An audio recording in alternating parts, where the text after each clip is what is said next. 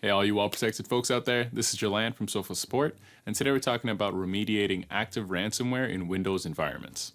Ransomware attacks are tough, because generally the only way to recover your files is through backups. While paying the ransom may get your files decrypted, it's a risk we can't advise as there's no guarantee they'll help you recover your data, or that you won't be targeted again later. In this video we're going to talk about identifying what happened, best practices to avoid ransomware attacks in the future, and restoring your files.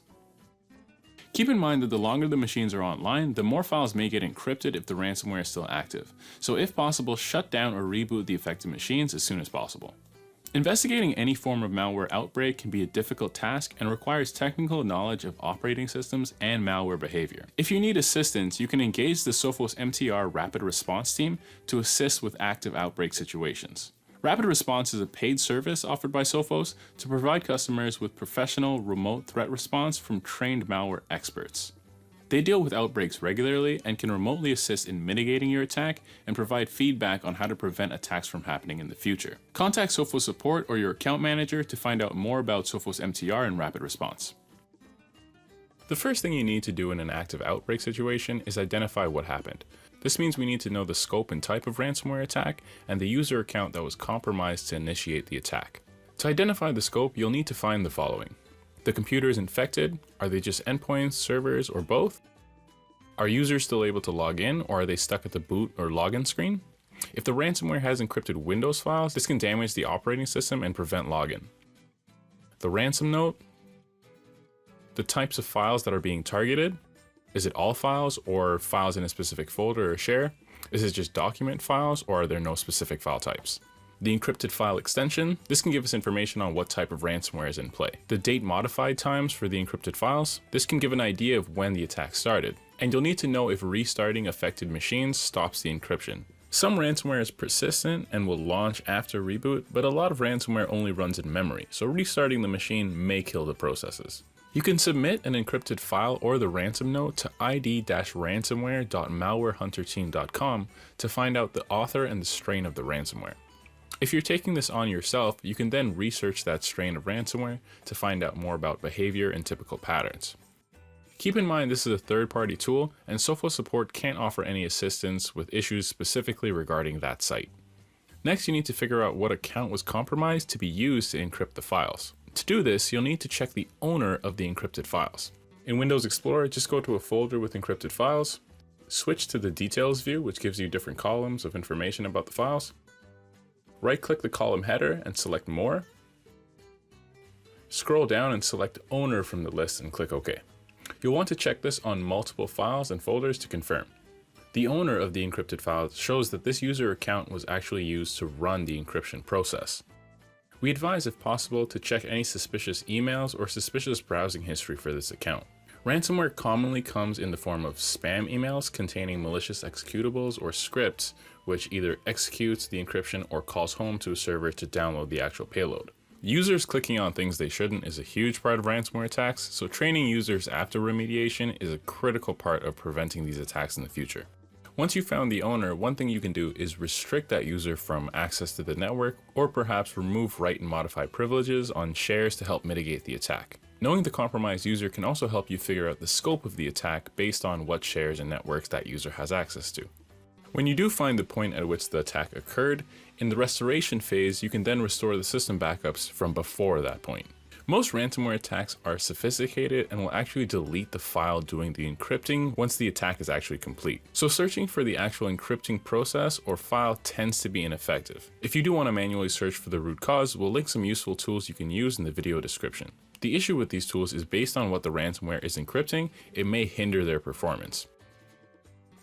Any suspicious emails and files you do find, you'll want to zip them up and send them to Sophos Labs for analysis. The article on how to submit files to us is available in the video description.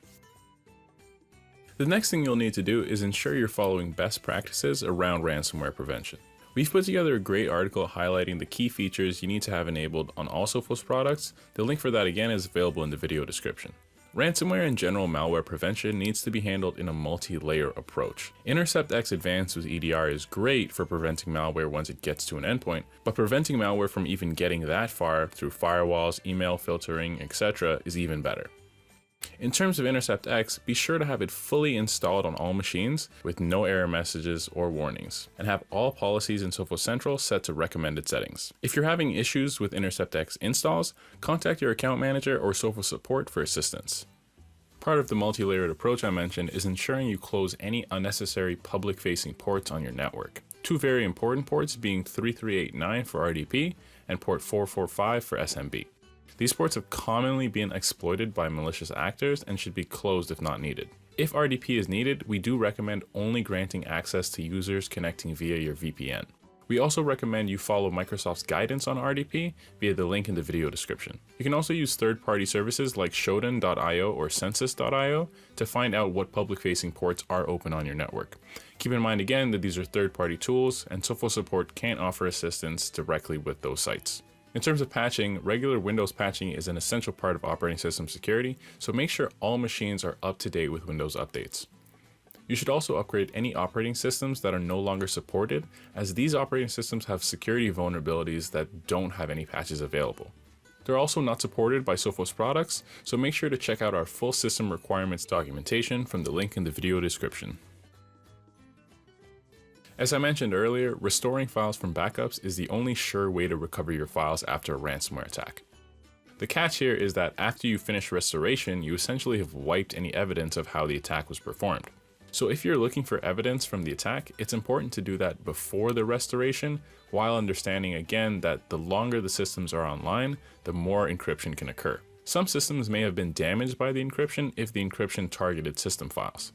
Those machines will need to be repaired or rebuilt, which should be covered by the OS manufacturer. Once all the affected machines are restored, ensure again all the best practices mentioned earlier are in place. Again, that's having Intercept X fully installed with no errors, closing any public-facing ports that are not needed, patching all devices on the network, and upgrading any unsupported devices. If you need any assistance with products-related issues or have any questions regarding the mentioned documentation in the KB articles, reach out to Sophos Support for help. While support can't go in and investigate the attack and find the root cause, we can help with anything specific to the product. We can also connect you with the MTR Rapid Response team I mentioned earlier, who are trained experts on malware remediation. Well, we hope this helped and answered any questions about next steps when you're dealing with an active outbreak. Let us know if you found this video useful by clicking the thumbs up and leaving a comment. All the documentation I mentioned will be listed in the video description below, and if you have any further questions, search and post questions at community.sophos.com and watch more videos like this at techvids.sophos.com. That's it for me today, folks. As always, stay safe out there.